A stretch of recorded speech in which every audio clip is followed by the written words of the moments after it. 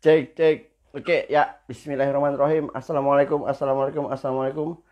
Masih ada waktu ini. Sekitar 3 menit lagi. Ini insya Allah kita akan melanjutkan obrolan tentang perjalanan, tentang traveling. Ini sebagian orang di zaman modern ini sudah menganggap bahwa traveling itu sebagai gaya hidup. Jadi kayaknya hidup ini belum komplit kalau belum traveling. Ya memang beberapa tahun belakangan ini ya musim-musim traveling. Nah ini insya Allah sebentar lagi sambil nunggu teman-teman yang lain kita akan ngajak seorang traveler. Wah, seru ini ngobrol-ngobrol traveling. Ini adalah pertemuan kedua kita. Pertama kemarin itu saya ngobrol-ngobrol dengan Bang Eko. Bang Eko itu orang Kalimantan Barat yang sudah keliling dunia 75 negara. Luar biasa orang itu. Saya dulu itu berpikir 40 negara, tapi ternyata 75. Ya, pada pertemuan pertama kemarin itu ya kita masih ngobrol ngalur ngidul, ngobrol tentang perjalanan lah, yang motivasi motivasi utamanya itu eh, pengen apa? Pengen memotivasi teman-teman untuk jalan-jalan. Gabung, sebentar lagi bergabung itu Bang Endi. Nah, ini dia, sudah hadir. Suara saya kedengaran, Bang? Assalamualaikum. Waalaikumsalam, jelas Bang Pai. Alhamdulillah, kedengarannya. Ini di kota Sofia ini ya, posisinya Iya, ya? Sofia Bang, Wow, Bulgaria. Sofia, saya ke sana itu 2010. Wah, sudah lupa saya dengan kota itu. Masa sih Uh, Bang? ya, Masa sih lupa? ya nggak lupa, tapi maksudnya masih masih uh, misalnya jalur bis ya, lupa. Kemudian kalau uh, mau kalau di kota ya, kalau di Boulevard Maria Luisa mau ke masjid, kemudian nanti tembus ke lewat bawah tanah itu metro, lalu masuk ke apa, Istana Roma itu, Istana Iya, Presiden. Presiden ya. Itu masih masih ingat saya itu. Nanti terus ke taman gedung NDK, bukan gedung NDK, masuk ke uh, teater Ivan Azov ya namanya ya. Depan Nah Paso, itu masih terus ingat. ke ini apa National Art of Culture itu NDK. Ya, Kayak, betul kayak, betul. kayak taman budayanya itulah. Tapi Bang Ya Pai betul. ini luar biasa. Hmm. Saya tuh baca kilasan review tulisan dengan Bulgaria itu udah kayaknya tuh potret Ya, itu luar biasa sekali. ya Saya tuh itu langsung kan eksplisit. ditambah-tambah nyontek bang, nama nyontek Google. Tapi enggak lah Bang, yang namanya potret itu kan langsung kan catching gitu Ya loh. ya ya ya betul betul. Mm-mm. Uh, Dan kita tuh Oke, bisa ngobrol gitu. sebelum kita, Saya tuh banyak waktu baca tulisan abang tuh, saya langsung ini, hmm, langsung kayak, wah, ada benar juga. Saya ada nulis juga sih bang di blog, mungkin abang udah baca kali. uh, Ada beberapa tulisan ya di blog ya. itu. Tapi enggak belum sedetail abang lah. Maksudnya Hmm. mendalami Sophia secara utuh gitu kan. Di abang ini di Sofia itu udah berapa lama bang? Saya itu Sejak dari kapan? Agustus tahun 2018, berarti mau 2 tahun nih bang. Oh sudah 2 tahun, tinggal hampir 2 tahun di situ Dua ya. tahun ya. Itu rencananya berapa tahun? Saya sih kan gini, jadi kan saya itu kan kontrak per 2 tahun. Mungkin nanti Oh per dua rencananya tahun. saya mungkin saya perpanjang lagi di sini. Menarik soal kotanya bang, belum selesai saya. Jadi sebentar, saya ini perlu perlu mendalami. Abang ini sebenarnya bekerja di kedutaan atau gimana? Bekerja di kedutaan bang, saya staf di kedutaan. Oh, staf di kedutaan. Biasanya kan kalau orang kedutaan itu kan rolling kan, memang pindah ke negara mana gitu ya. Jadi gini, jadi di perwakilan itu dia kan ada dua istilah itu kan home staff sama lokal. Nah saya ini masuk ke lokalnya Ya. sebenarnya. saya masuk ke lokalnya. Hmm. Jadi yang non-stop itu umumnya yang diplomat-diplomat itulah, yang karir mereka kan Ya, ya. itu biasanya. Hmm. Tapi saya sebelumnya pernah di Pakistan, saya lama 10 tahun. 10 tahun di Pakistan. Hmm. Lumayan juga ya. Lumayan, jadi kalau Nah, ke selatan tuh ya menarik juga. Jadi oke menarik Bang. gitu. Ya, saya mau tanya-tanya nih Bang tentang apa Bulgaria lah ya. Abang udah 2 tahun, pastinya udah banyak sekali yang dipelajari. Dulu tuh saya itu cuma 3 bulan, balik ke Pontianak, datang lagi 3 bulan. Itu pun saya merasa tuh banyak sekali yang saya temukan gitu. Nah, bisa Bang ceritakan mungkin ke teman-teman nih, banyak yang pengen tahu sebenarnya, karena Bulgaria ini kan bukan negara terkenal Bang ya. Bukan bukan seperti Belanda, Perancis, Jerman yang setiap saat di telinga kita tuh kalau Eropa tuh itulah yang dituju. Nah, ini tiba-tiba negara kecil bernama Bulgaria. Nah, apa yang bisa Abang ceritakan tentang negara itu, Bang? Bulgaria. Ya sih, kalau kita dulu kita sapa dulu teman-teman ya. Ya, silakan. Ini saya sambil lihat-lihat. Hai guys gitu ya. Biar kayak anak muda tuh, hai guys. Jadi gini Bang, Bulgaria ini kalau saya pahami dan saya artinya yang udah berkecimpung, bukan berkecimpung sih ya, udah bisa dikatakan hidup lah di sini ya, hampir 2 tahun. Ini negara unik sekali, unik sekali. Jadi mereka itu terkesan, biasanya kita kan ngelihat kan lebih ke cenderung ke Eropa Barat ya, Belanda. Barat, betul. Ini. Betul. Nah, dia sebenarnya part of Europe juga, artinya adopsi Eropa itu masuk. Jadi kan kalau Eropa kan mindset kita kan terkenal dengan literasi sebenarnya ya. Jadi mereka benar-benar menjadi peradaban. Dan Bulgaria ini uniknya salah satu negara yang kotanya memiliki peradaban tua juga sih menurut saya sih. Dia kan dari abad pertama itu udah mulai apa namanya itu mulai hidup dari apa ya, Eastern Rome to Byzantium loh, kita kenal ya kalau belajar sejarah. Menarik, jadi banyak hal-hal yang kita pelajari. Dan mereka ini negara yang bukan diimpit, di tengah-tengah. Secara geografis tuh posisinya lebih apa ya? Makanya mungkin dulu Roma tuh lebih besar juga di sini kan, sampai ke Ottoman. Itu sempat dijadikan kota administrasi kan, kota Sofia itu kan sama Roma. Serdika namanya, Serdek istilahnya kotanya. Ya, Serdika, ya. Jadi betul, ada di center itu ada kota yang di bawah kota lagi itu, kalau Bang pernah ini kan? Ya. Yang dekat masjid. Ya, betul. Ya, dekat masjid. Masjid yang di Sofia. Banyabasi. Di Roma. Banyabasi. Masjid Banyabasi, ya. Bangunan Utsmania dulu. Ya, jadi ini kota. Ya, kalau peradaban Eropa terasa juga. Eropanya terasa sebenarnya. Cuman ya memang kalau kita bandingkan dengan Eropa Barat, orang yang sering pernah ke Eropa Barat mungkin nilainya ya agak lebih. Tapi kalau menurut saya sih nilai tambahnya ada gitu loh. Satu kan sini kan kota pariwisata juga, kota pariwisata. Tingkat pariwisatanya kan tinggi, PIB-nya penyumbang pariwisata besar juga. Dan umumnya yang datang sini itu orang-orang Eropa Barat juga. Iya kan? Gitu. Iya. Lebih murah kali Bang ya? Lebih murah karena memang destinasinya lebih murah. Kan kalau Eropa Barat orang-orang kan ya stratanya lebih tinggi dan betul. Living cost juga tinggi dan mereka juga berasa sebenarnya. Kalau mau liburan kemana nih kan gitu kan? Penduduk tidak banyak, cuma 7 juta.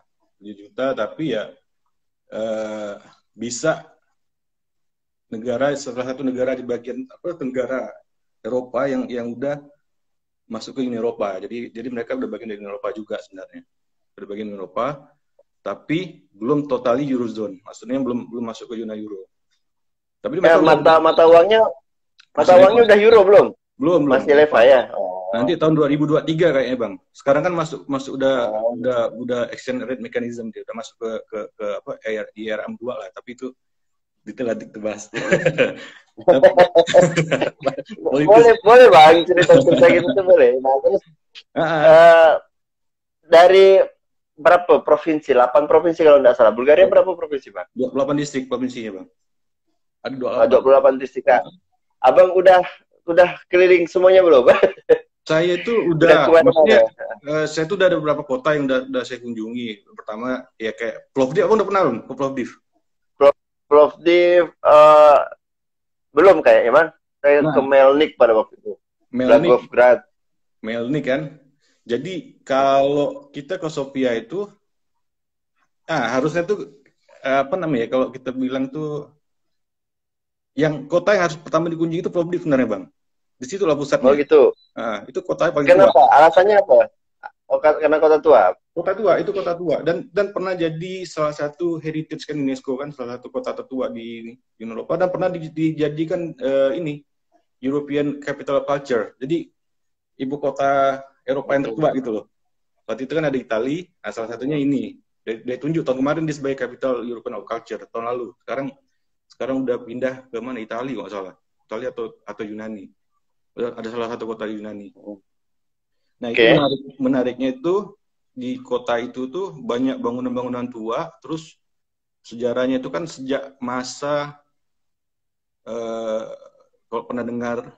Jadi nama kotanya dulu tuh waktu abad keempat sebelum Masehi itu namanya Philippopolis. Jadi nama Plovdiv namanya Philippopolis dulu namanya. Ada saya tulis juga. Itu nama tokoh. Nama tokoh orang.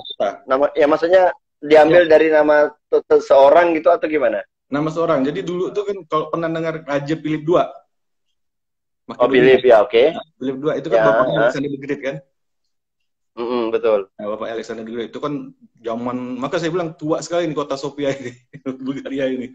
Jadi dari zaman mitologi Yunani aja udah mulai ada pergerakan politiknya udah ada gitu kan untuk bangun kota dan lain-lain.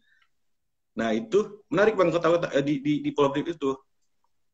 Jadi banyak bangunan tua, terus banyak tempat-tempat sejarah sampai kolasium kan yang kayak di Italia itu yang tempat-tempat orang apa? Ya.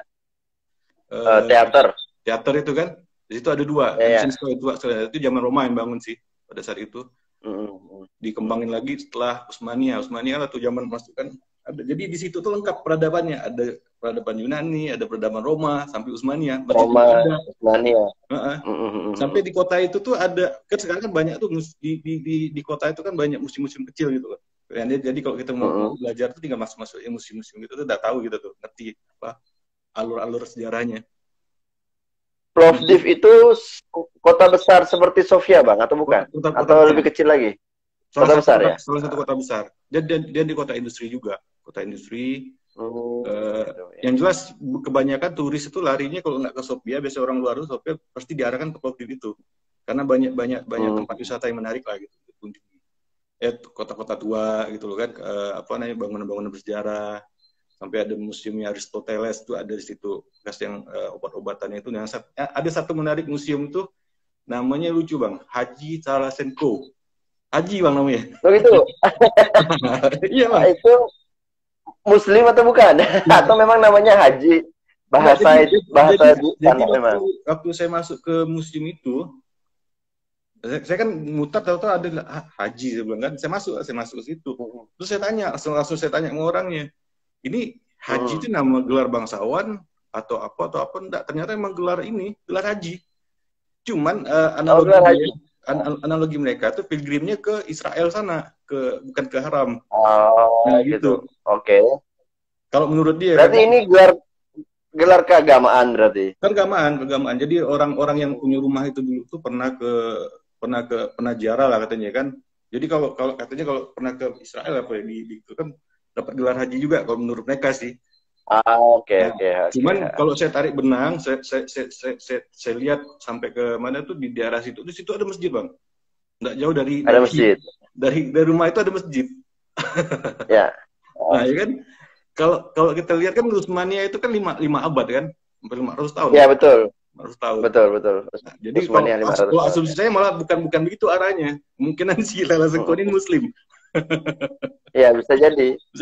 Bisa jadi karena memang 500 tahun itu kan lama sekali kan. Ya sejarah saja yang kemudian membuat Islam jadi negatif di Bulgaria pada hari ini gitu. Padahal di masa itu tuh dinaungi kekhilafan Utsmani itu cukup bagus ya. Peninggalannya juga masih banyak. Masih ada ya. Itu kalau saya telusuri itu, saya baca dari literasi juga tuh di Sofia di Bulgaria sendiri itu sebenarnya ada 140 masjid loh bang. 150 masjid. 150 masjid. Banyak juga ya. Banyak, Bang. Kok saya cuma ketemu satu? Saya cuma ketemu satu. Jadi setiap daerah, waktu itu setiap daerah tuh pasti ada saya ketemu masjid. Ya, ya. Setiap daerah pasti di Kota Sofia ini. Kota Sofia ada satu tuh yang di Banyabasi di satu. Oke, ya Banyabasi. Nah, ya. jadi kalau abang pergi ke Plovdiv ada satu. Waktu itu saya pergi ke Haskovo. Ya. Ada Haskovo itu dekat dengan tidak jauh dari bordernya inilah ke Istanbul itu. Udah ada masjid. Di Veliko Tarnovo, waktu itu pernah pergi ada masjid. Nah, masjid ini masih berfungsi atau cuma museum? Masih berfungsi ya. Orang-orang masih ibadah di situ, masih sholat. Okay. Nah, itu yang saya salut juga sih, sama maksudnya saya appreciate lah sama orang-orang Eropa ini. Kadang-kadang dia dengan sejarah itu mereka enggak lupa gitu loh. Walaupun betul. ada beberapa bagian yang mereka hilangkan, kayak yang di Sofia ini kan ada nih Black Mosque. Mungkin Abang pernah dengar kan? Masjid hitam. Iya, betul. Yang di dekat center, dekat presiden tuh. Kalau kita kalau misalkan ke Sofia, misalkan teman-teman mau ke Sofia atau ke Bulgaria, itu di sini tuh ada namanya Free Sofia Tour. Pernah ikut nggak, Bang? Belum. Free Sofia Tour. Nggak pernah ya saya ikut tour gitu, nggak pernah. Saya itu jalan-jalan pribadi. Jadi kalau dia cuma mutar Sofia, Bang. Mau bis. Jalan kaki. Mungkin waktu jalan kaki. Waktu zaman saya belum ada kali. Saya 2010, mungkin belum ada kali. 2010 ya. 2010. Ya. Jadi dia startingnya gini, Bang. Startingnya tuh di dekat masjid tuh yang bangunan apa? Yang depan patung Sofia itu. Depan patung Sofia. Oh ya, tahu. Mereka masuk situ, nanti ada guide tuh, guide turis tuh. Mereka kumpul tuh. Betul. Guide itu volunteer semua sih, rata bisa bahasa Inggris dan enggak khawatir lah. Jadi mereka jalan mutar, itu kan di daerah Sofia sendiri itu kan banyak bangunan-bangunan tua juga. Yang kayak oke lah, maksudnya dari yang bangunan di bawah tanah itu kan, peninggalan Roma itu. Serdika itu kan, Serdika terus masuk ke Presiden itu ada gereja tua kan, yang gereja tua di dalam bangunan Presiden itu. Terus jalan sampai ke bangunan-bangunan sisa Rusia. Kayak banyak lah peninggalan Rusia dulu kan, sini kan kental juga dulu sosialisnya kan, komunalnya kan lumayan juga sih, Uni Soviet dulu. Sampai ke landmarknya Sofia itu kan sebenarnya ada gereja yang di tengah tuh, tahu kan? Yang dekat ini Alexander Nevsky. Oh iya tahu. Alexander Nevsky, tahu saya. Itu kan salah satu landmark mereka kan. Di foto-foto itu pasti kan yang ditampilkan itu tuh, Alexander Nevsky. Betul. Banyak orang menduga itu masjid karena berkubah-kubah. Ya, jadi itu memang ada nilai itu, ada itunya juga sih kalau kita lihat kubah-kubah itu kenapa gitu kan. Karena kan dari ya mungkin bawaan Utsmania juga kan, Istanbul dulu. Iya. Statusnya kan. Nah, di depannya gereja Alexander Nevsky itu sebenarnya ada gereja lebih tua lagi, Bang. Belum pernah lihat, Bang? Namanya Saint Sofia. Gereja Rusia. Bukan gereja Rusia itu, bukan? Gereja Rusia itu yang modelnya begini nih. Kubahnya agak beda. Ya, Kalau yang di depan Alexander Nevsky itu ada gereja paling tua yang ada api hidup yang enggak berhenti tuh, kata api. Ngerti saya. Nah. Ada patung singa. Ada patung singa. Masih ingat, Bang kan? Saya ini kenapa kilasan masih ingat saya. Biar masih ingat kan? Betul, masih ingat saya. Nah, itu gereja paling tua tuh, Bang. Abad ketiga. Sebenarnya kalau saya lebih menarik ke Saint Sofia itu ketimbang Alexander Nevsky sebenarnya. Karena ada ceritanya tuh kalau gereja itu tuh Saint Sofia itu. Saint Sofia itu dari zaman Utsmania pernah jadikan masjid soalnya. Pernah jadikan masjid tuh. Itu gereja itu pernah jadikan masjid waktu setelah dia Ottoman Utsmania masuk kan. Nah, salah satu gereja itu jadikan masjid. Cuman waktu saya lupa sama rajanya itu kan. Jadi dia pada saat itu sholat ada gempa, rubuh tuh gereja, Bang. Ya. Rubuh gereja. Rubuh. Pernah rubuh lah. Ada setelah Utsmania udah enggak lagi, itu dikonstruksi ulang kan. Gereja itu tetap jadikan gereja. Cuman jadikan ikon juga sebenarnya sekarang. Jadi kok ke situ ada ceritanya mereka kan. Jadi ada lonceng, ada bel gereja itu ditaruh digantung di pohon. Itu identifikasi bahwasan gereja itu pernah rubuh gitu loh. Gotik sih gerejanya bagus, di dalam itu gereja kan sini kan ortodok kan. Ya. Nah, itu unik dari Sophia tuh di situ. Jadi itu kalau kita pergi Sophia tuh nanti jalan kaki terus sampai ikut peninggalan-peninggalan Rusia tuh banyak tuh yang patung-patung Mm-mm. Ya. yang di mana tuh yang di depan ah, Alexander Nevsky. Nah, terus ada gereja Rusia kan yang dibilang kalau masuk Ya, ke di dalam gereja tuh kita Rusia. ngambil ada di dalam box bawah tuh ada peruntungan gitu loh. Kita tarik satu kok gitu. Nah, Iya, kepercayaan iya, orang iya, tua iya. ya kan. Iya, Itu betul, menarik betul. sebenarnya unik nih ini negara ya enak untuk dikunjungi memang patut lah untuk dijadikan daerah-daerah wisata gitu loh. Jadi memang banyak peninggalan Ke walaupun kalau kita komparasi dengan negara-negara Eropa Barat ya jangan dibandingkan gitu loh. Kalau saya bilang ya, Sofia ini kalau abang pernah beda nonton beda cerita ya. beda cerita. Emang kalau kita bicara Ya. sejarah peradaban memang di sini walaupun enggak ini ada nilainya gitu loh. Lebih tua sebenarnya kan. Mm-mm.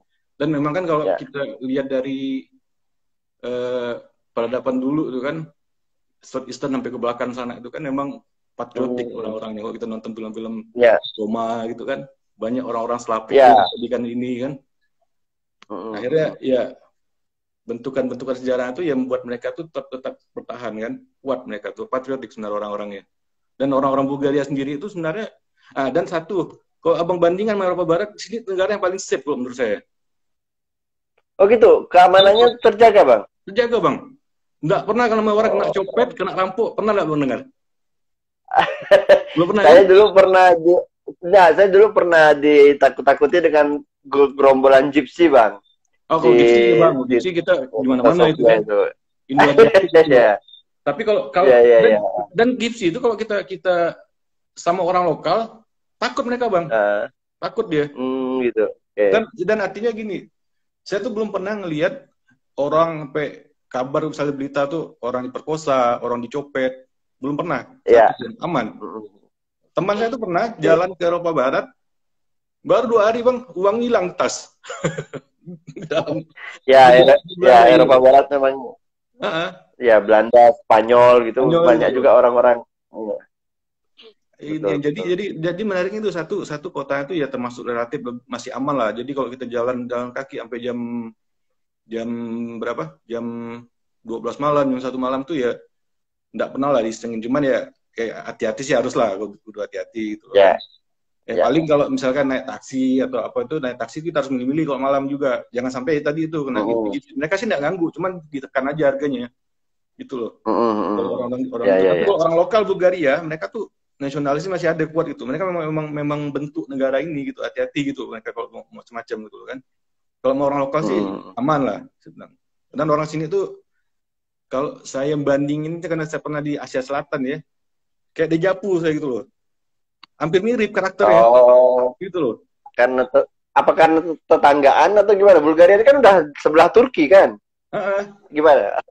Jadi orang-orang itu kalau misalnya kita udah berteman gitu loh kan, Ya, totali gitu bang, totali gitu loh. ya, ya. Gitu loh. Itu kan karakternya enggak jadi apa ya istilahnya apa ya bang ya? Iya kalau udah berkawan tuh ya mau kawan tuh baik gitu loh kan. Benar-benar gitu loh Mm-mm. teman ya. Tapi kalau mungkin kalau disakiti ya dia akan ini juga. Mungkin karena bawaan sosialis kali ya. Kan dulu kan Ya, komunal ya. gitu kan. Ya, betul. Tapi itu sama karakteristiknya sama kayak orang-orang Pakistan, India. Orang Pakistan kan kayak gitu. Kalau kita kita apa akrab berteman ya betul-betul berteman dia gitu loh. Konteksnya Berarti eh, kalau di Eropa Barat lebih individualis, mungkin di Bulgaria ini lebih komunal ya, lebih betul kalau betul. udah kenal gitu lebih Ya. akrab gitu Coba ya. abang lihat warung kopi, nggak pernah sepi kan? Dari pagi. Nggak Ya, pernah ya, sepi. ya, betul. Kadang-kadang jam 9 tuh lihat udah ada orang nongkrong ngopi ini. Orang kopi dia sekarang ini masih penuh orang kopi. Dan Oh ya, gimana kasus kasus apa? COVID gimana di Bulgaria kasus corona ini gimana? Kalau Apa COVID, mengkhawatirkan atau kalau angka sih ya di mana-mana sih kalau yang namanya yang pandemi ini kan di mana-mana sama semua sih Bang ya. Jadi angka sih ya, terus di sini kalau nggak salah udah 8.000 kasus. ya, Jadi ya, ya. cuman Orang sejak cuek-cuek jalannya. nah, jadi pemerintah juga udah mulai ini. Jadi kan mereka waktu bulan apa ya? Bulan Mei atau Maret sejak awal Maret itu udah memberlakukan state of emergency, memang udah ada kayak lockdown gitu lah, karantina. Emang sepi kotanya bang, semua orang udah di dalam gitu kan, nggak keluar mana, work from home gitu. Tapi benar-benar sepi kota itu, angkutan sepi, metro sepi, saya tuh kalau jalan cuma kayak naik mobil pribadi, cuma sendiri. Iya, iya, iya. Nah, tapi sejak bulan akhir Mei atau Juni mereka udah ganti status ya, artinya mereka udah mulai buka ini karena kayak pengaruhnya ekonomi sih ya. Kalau enggak gitu kan udah ekonomi juga enggak jalan. Terus Betul. Juga 7 juta, dan kedua kan orang-orang kan juga ada teriak kan. Ya. Kan orang sini kan biasa ngumpul, coba yang di Iya. Nah, akhirnya Tahu saya nonton bola rame-rame. Mulai membatasi ya, ada new protokol, new normal kayak gitulah. Jadi protokol kesehatan ada. Jadi ya cuman ya tetap waspada lah gitu kan. Kadang-kadang kalau lagi rame itu kan, karena angkanya juga naik sih. Per hari itu bisa 100 misalkan. 8.000. Kalau warga Indonesia yang di Sofia itu ramai bang? Atau berapa orang, tahu enggak? Warga kita sih enggak banyak bang, banyak sih orang kedutaan lah ya. Orang-orang kedutaan ada sih yang berapa orang ya? Mungkin enggak lebih dari 10 kali. Dan rata-rata mereka nikah sama orang setempat. Dan satu banyak pendatang juga yang profesional kerja gitu loh. Ada yang jadi chef, terus ada yang kerja ya lah, yang profesional itu di hotel. Dulu kalau saya tak salah, waktu saya masih di sana itu, waktu saya masih di Sofia itu, di kedutaan itu setiap tanggal 17 setiap bulan selalu ada agenda. Masih terlaksana, Bang. Setiap tanggal 17 di kedutaan besar Indonesia di Bulgaria itu bikin acara kesenian, bikin acara apa. Saya beberapa kali diundang di KBRI di Sofia. Iya. Sampai sekarang masih ya? Itu kan di mana-mana bang, kalau namanya KBRI itu kan kita kalau udah 17-an itu kan pastilah ada acara masyarakat kan, dan itu kan haruslah kalau gitu kan masyarakat ya sekalian tujuan untuk ini juga apa silaturahmi kan biasanya gitu. Jadi kita tahu juga kondisi masyarakat seperti apa kan gitu. Ya, jadi kan ngerti lah kan. Kita ada tahun ini juga ada sih kalau nggak salah. Rencananya memang di 17-an, cuman enggak kayak kemarin. Kalau kemarin kan agak meriah kan. Ada ini, ada obat dari awal kan, cuma karena ada situasi COVID gini ini, ya batasi aja, paling habis upacara, ngumpul, gaplean gitu kan, main apa gitu. Gitu aja acara silaturahmi. Oke bang, saya mau tanya, sekarang ini mungkin mungkin teman-teman yang nonton mungkin juga punya pertanyaan yang sama. Tips kalau traveling ke wilayah Bulgaria itu apa yang harus dipersiapkan bang? Untuk wilayah Bulgaria ya, pertama satu ya paspor lah bang ya, otomatis ya. Oh ya, ya itu sih ya. Kalau visa sih saran saya sih mending, karena di sini belum total di Uni Eropa, tapi belum total masuk Uni Eropa kan, Eurozone belum total, jadi dia belum bisa ngambil Schengen bisa. Jadi kalau saran saya sih kalau untuk visa mendingan kita ambil Schengen visa, mungkin dari Jerman atau Prancis dan hutan-hutan yang melakukan Schengen gitu. Jadi kalau udah masuk Eropa, masuk Bulgaria kan kita kan bisa traveling kemana-mana juga. Jadi enggak satu-satu. Berarti dua visa berarti? Enggak, satu bisa. Kalau Schengen, kalau kita pakai visa Schengen bisa masuk Bulgaria. Oh, baru tahu saya. Nah, itu. Saya pikir Bulgaria itu masih visa khusus gitu. Bisa kita ambil visa khusus, cuman kalau kita dapat visa khusus Bulgaria, kan nggak bisa kemana-mana bang. Kita nggak bisa keluar. Ya betul. Saya dulu mengalami itu. Jadi saya hanya visa Bulgaria waktu itu dekat, udah hampir Yunani kalau saya tidak salah itu. Saya lupa bisa masuk kan, nggak usah Saloniki. Betul lah, nggak bisa masuk.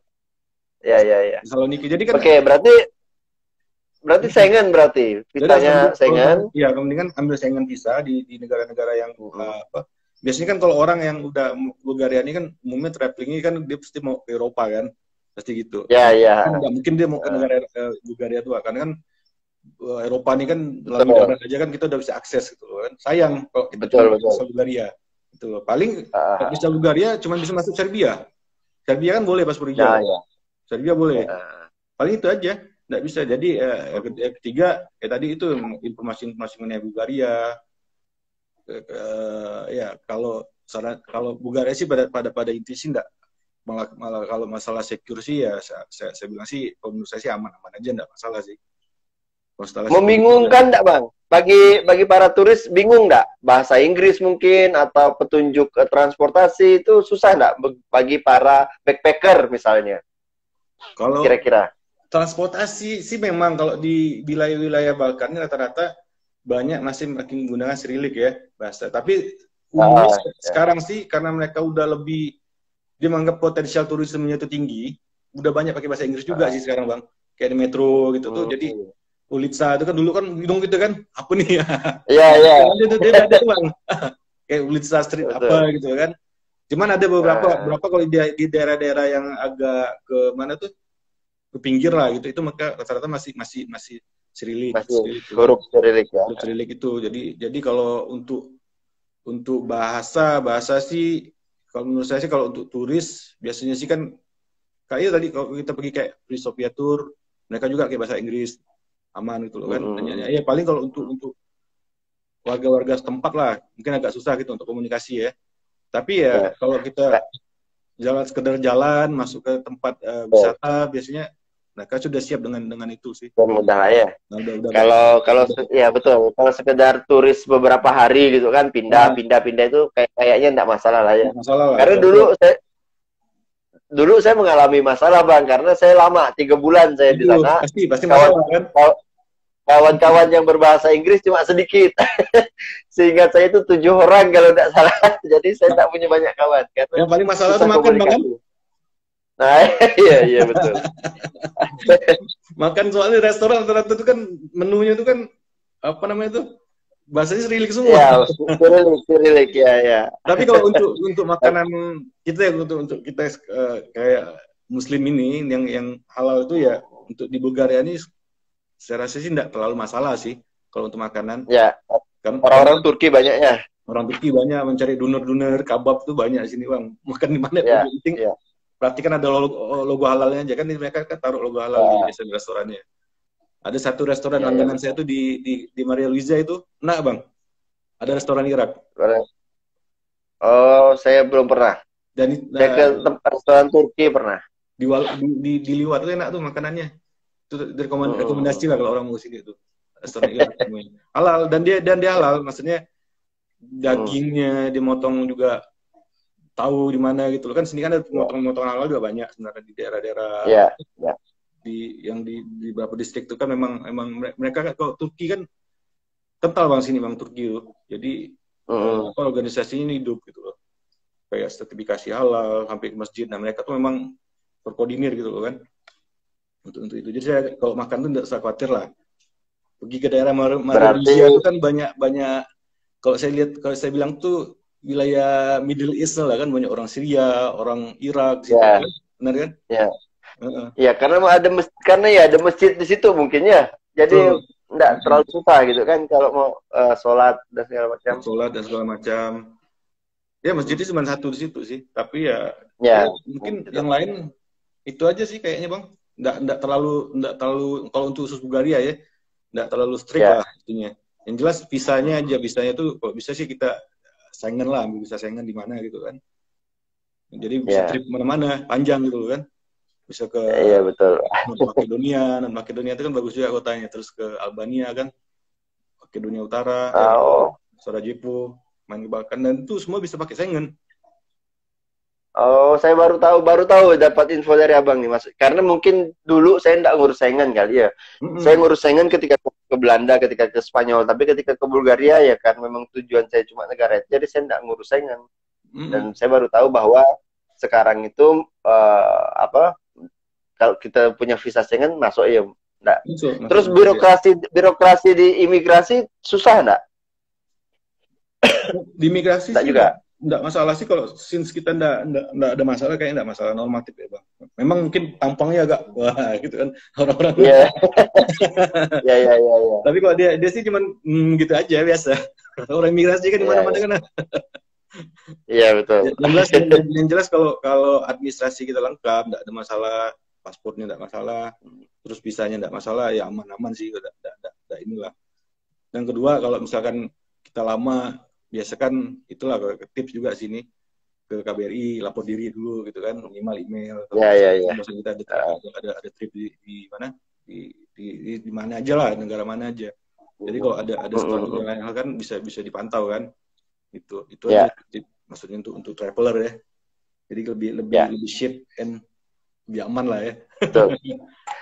Nah, abang ini kan lama di Bulgaria, kan hampir 2 tahun, berarti melewati seluruh musim gitu kan.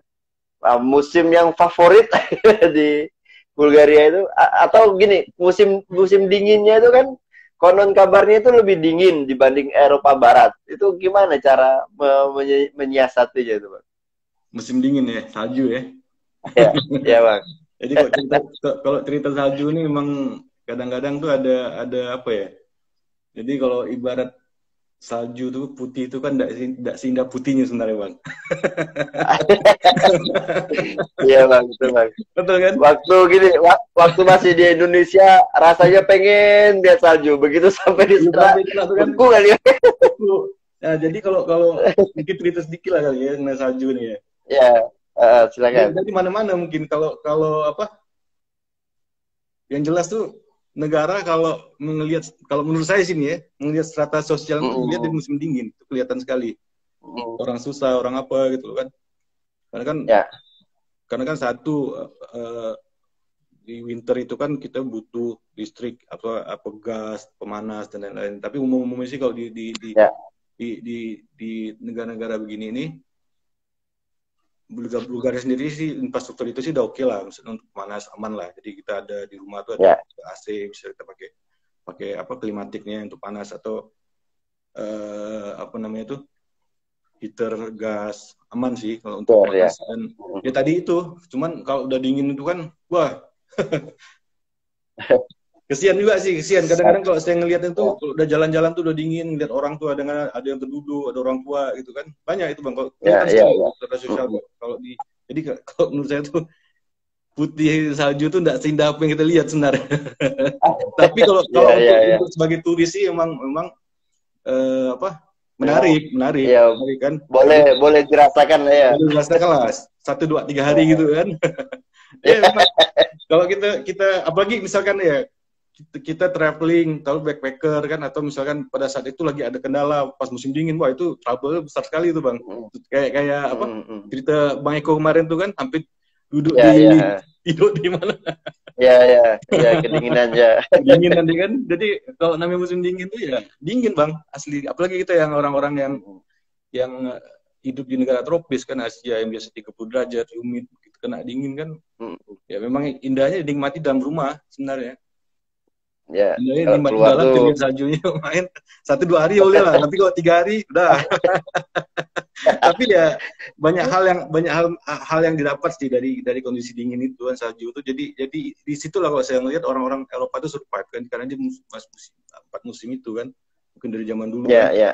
jadi mereka udah belajar bagaimana survive bertahan hidup bayangin tapi di daerah-daerah terpencil juga tuh masih banyak yang artinya masih menggunakan kayu bakar gitu tuh bang masih ada di sini tuh yang jelas tuh yang kalau saya lihat dari winter itu ya strata sosialnya itu kadang-kadang kan kok dari mana-mana jangankan di Bulgaria juga mungkin di daerah Prancis mana juga itu kan kasihan Ya. kan banyak orang yang Kalau pingsan di jalan itu ya, ya. kelaparan Perekonomian Bulgaria ini masih termasuk miskin lah dibanding tetangga-tetangganya atau setara bang. Misalnya dibanding Rumania, dibanding Albania, dibanding Serbia itu kalau kita bicara sesama. kalau ekonomi Gimana? bang ya kalau kita Ya, bicara di Balkan Southeast Asia ini Bulgaria termasuk negara yang ya, ekonominya cukup bagus dibandingkan negara-negara yang di bawahnya ya sampai ke itu ya, termasuk ya, dia GDP-nya lumayan lah rata-rata 3,1 tumbuh GDP-nya. Nah, artinya dan dia kan negara yang udah artinya dia tuh udah masuk di Eropa sebenarnya Bang. Kalau udah masuk di Eropa kan secara ekonomi kan dia udah stabil lah kan. oke. Dia dianggap stabil sama Uni Eropa. Cuman kan karena konstelasi politik di sini masih apa namanya itu Masih kacau ya, atau gimana? iya masih kayak hari ini kan demo kan 7 hari nih. Oh Di gitu. di Demo sekarang ini. apa yang di demo lu? Iya, kasus-kasus Soal krisis apa itu? kayak korupsi gitu-gitulah. Jadi kan otoritarian kan Borisov ini kan kayak PM-nya kan masih udah lama juga dan di sini itu kan pecah Bang sebenarnya ada dua. Sosialisnya masih aktif juga BSP-nya itu kan. Jadi ya mungkin capture depan lah kan, jangan terlalu dalam nanti nggak enak gitu bicara politik. Boleh ya Bang. Seru tuh cerita politik Bang. Jadi gitu, jadi masih nah, dan dua tahun ke depan nih dia kan masih dalam penilaian nih sama Uni Eropa. Kalau dia tanggal 10 Juli kemarin kan dia masuk tuh IRM 2. Jadi kayak mekanisme mata uangnya kan udah mulai disetaratakan dengan euro kan. Sampai 2023 kalau misalkan beberapa hal yang sudah dipenuhi, dia akan masuk total langsung ganti euro. Cuman kan ada konflik juga sebenarnya di dalam, karena kalau masuk euro itu pasti ya otomatis inflasi kan akan ada kalau mereka nggak betul kan. Ya. Inflasi kayak konsumen. Karena dulu ketika saya di sana itu kan tahun 2010. Isu tentang bergabung dengan Uni Eropa ini kan juga udah berjalan gitu. Mereka bilang kita udah pada dasarnya udah bergabung dengan Uni Eropa. Bahkan di beberapa tempat tuh bendera Uni Eropa tuh udah ada. Nah, terus mereka bilang mungkin sekitar 4 tahun lagi lah, 2014. Tapi kenyataannya sampai sekarang juga belum terus masih belum terpercaya mungkin atau gimana? Udah, kalau secara ini sih udah Bang, udah. De facto sih mereka udah dianggap Uni Eropa sebenarnya. Udah Uni Eropa. Cuma gitu. Kayak adopsi kayak mata uangnya kayak gitu-gitu belum kan secara mekanisme mata uangnya itu yang belum. Tapi kalau secara regulasi aturan mereka udah ngacuin Eropa semua. Makanya, nah ini satu lagi nih mungkin kalau misalkan teman-teman mau bisnis atau apa gitu, usaha yang ekspor impor gitu kan. Nah biasanya kan kita kan mindset bisnis kita itu kan masih ke Eropa Barat, jual barang ini. Nah, ini juga ada potensi kalau menurut saya sih. Di Bulgaria. Jual apa Bang? Siapa tahu saya bisa jualan. Macam-macam lah, kalau kayak mungkin UMKM, produk makanan, kopi dan lain kayak gitu masih ada potensi pasar itu loh. Artinya gini Bang, kan kalau 7 juta penduduk kan kalau secara bisnis kan mereka mungkin enggak apa namanya itu enggak menganggap ini marketable kan. Tapi keuntungannya tuh di sini bisa dijadikan hub. Nah, itu dia. Jadikan hub untuk masuk ke negara-negara barat. Balkan. Di sini ada dua pelabuhan. Kan ada 2 pelabuhan, terus infrastrukturnya tuh masih murah dibandingkan Eropa Barat gitu loh. Sewa kantor, gitu kan. Jadi kalau ada potensi sebenarnya, banyak potensi. Perdagangan kita aja lumayan, Bu. Indonesia Bulgaria itu. Rata-rata hampir 80 juta.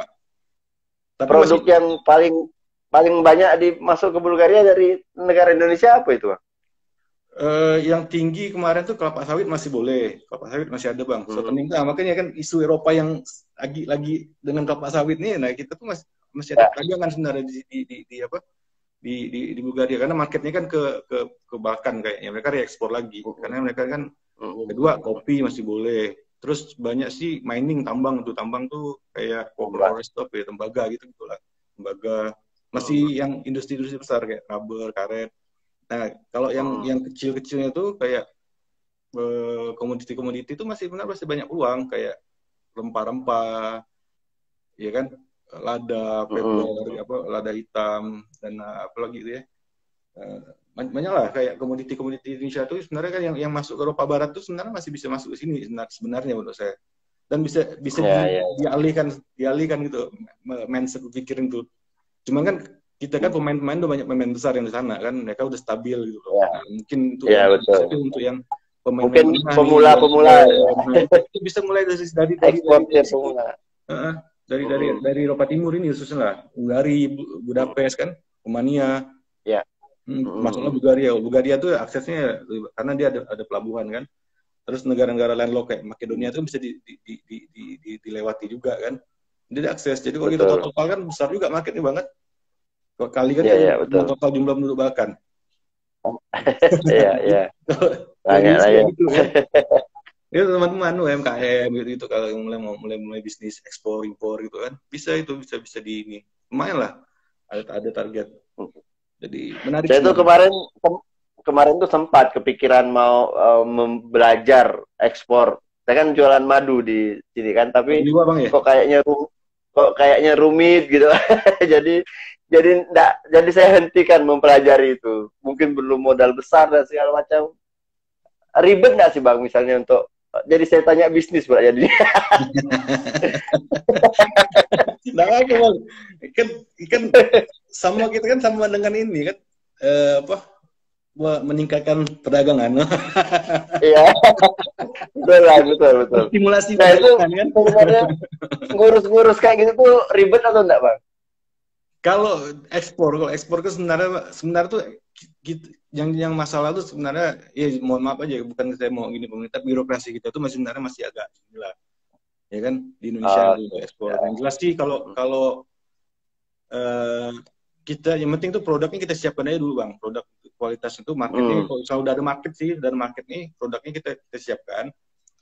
Kedua kan kalau untuk ekspor juga kalau kita belum mengantongi izin atau apa, biasanya kan ada perusahaan kayak perusahaan-perusahaan yang bisa kita pakai untuk ekspor gitu. Nah itu kita bisa pinjam benderanya dulu gitu kan, sambil menunggu izin. Nah itu bisa sebenarnya di Indonesia tuh.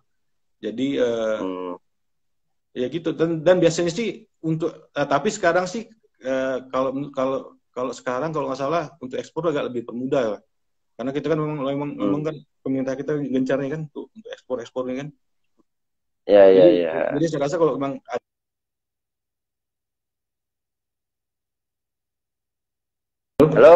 halo ya. Jadi kalau ada rencana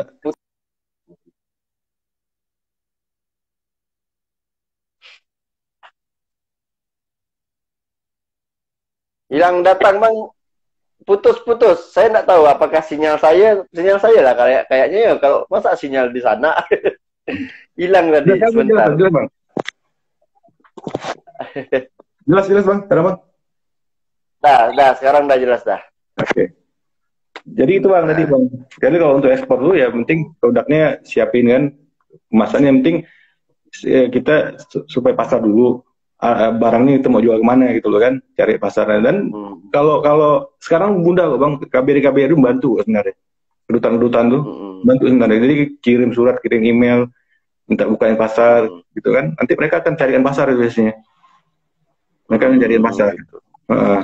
Jadi misalkan ada produk madu liwa atau ya mungkin segmennya produknya apa gitu kan, ya KBRI kirim email, cari ada peluang dan ini biasanya mereka langsung responsif. Kalau responsif ya paling itu kan.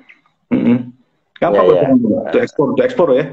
Cuman biasanya kalau untuk impor agak lebih ini, karena kan pemerintah kan sekarang kan lagi menggalakkan ekspor kan. Itu bang. Ya. Jadi mulai ekspor bang. Oke. Mudah-mudahan lah. Ya, ini kita coba sapa teman-teman di istri saya bang. Ini. Ada istri saya join. Ya, ini Ibu Lani nih istrinya. Mungkin Ibu mau tanya-tanya kali. Tanya suaminya. Silakan. Istrinya berarti di Pontianak, Bang? Istri saya di Manado, Bang. Oh, di Manado. Saya kira di Pontianak. Jadi Oke, Bang. Nah, Abang kan Agustus ya. Itu rencananya tetap diperpanjang. Artinya perpanjang di situ atau pindah? Enggak, di Bulgaria nanti. Mungkin saya extend lagi kayaknya. Tetap di Bulgaria. Iya. Kapan kemarin? Apa yang membuat ya? Kapan kemarin nih? Marilah. Oh, kapannya? Saya tidak tahu kapan bisa ke sana. Ini sekarang udah agak repot. Kalau dulu kan masih bujangan, enak-enak aja pergi sana ke sini kan. Sekarang nih udah punya anak banyak, jadi mau pergi jauh tuh repot ya. Gitu. Belum selesai bang. Terus ini, ya belum. Ya sekarang ini kalau saya pribadi lebih mengajak orang-orang kalau ngetrip tuh. Jadi kan gini, saya ini kan suka jalan-jalan. Terus saya menemukan fakta di masyarakat itu orang jalan-jalan tuh lebih ke foya-foyanya gitu. Mereka punya banyak uang, foya-foya lah, bisa menikmati luar negeri dan segala macam. Nah, semangat saya ngajak orang jalan-jalan itu ingin mereka tahu tentang sejarah daerah tersebut, peradaban segala macam. Nah, sekarang itu saya sedang fokus di situ karena masih pemula gitu, pemula. Jadi wilayah dekat-dekat, Malaysia, Vietnam, Thailand gitu. Tapi alhamdulillah dari beberapa trip yang saya selenggarakan itu banyak pelajaran yang didapat dari para peserta ini.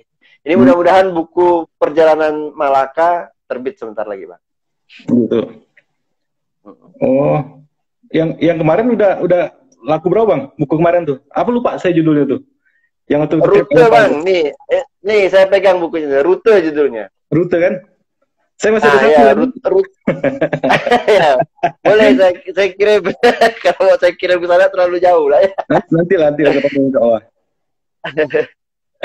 Ini ada next bahas tentang Korea dong. Waduh, saya belum pernah ke Korea, tapi mudah-mudahan saya cari orang yang pernah ke Korea ya. Ini Korea memang jadi wilayah favorit bagi anak-anak zaman sekarang gitu ya. Sukses Bang, Korea tuh sukses penetrasi budayanya. Ya, itu apa? Abang tahu rahasia di balik kesuksesan Korea itu gimana, Bang? Mungkin Abang tahu kan, Abang kan orang kedutaan, tahu komunikasi dengan orang-orang itu, suka cerita-cerita tentang Korea, bisa jadi? Iya, kalau asumsi saya sih sebenarnya kan kalau Korea itu kan industrial kan negaranya kan. Dia kan produksi produk-produk yang kayak Samsung dan banyak Hyundai dan lain-lain. Nah, kompetisi kan mereka kan sebenarnya secara apa? Perdagangan mereka kompetisi sama Jepang, Amerika dan negara besar lainnya. Nah, kalau mereka lakukan dengan pola penetrasi budaya kayak gini, nah itu kan mereka kan enggak ini kan. Tapi kok kayak ini sekarang kan coba orang dengan drakor aja udah kayak gimana gitu kan. Bahkan drama Korea tuh udah sampai di Eropa ya. Iya, dan di Eropa juga berasa gitu loh kan. Dan orang-orang Koreanya juga yang di sini itu kan mereka aktif juga gitu loh. Bikin program ini, bikin itu. Nah, itu kalau saya lihat sih apa as a shadow man behind itu kan dia justru nanti untuk ekonomi dia gitu loh kan.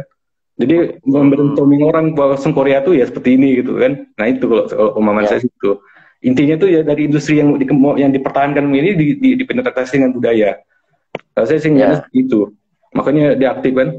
Sama kayak zaman dulu Amerika kan, kita kan coba lihat budaya Western kan kepala Amerika. Iya kan? Iya. Makanya kalau kita pun kalau mau gitu harusnya gitu. Taruh aja 10 orang kayak Bang Pai di mana gitu kan.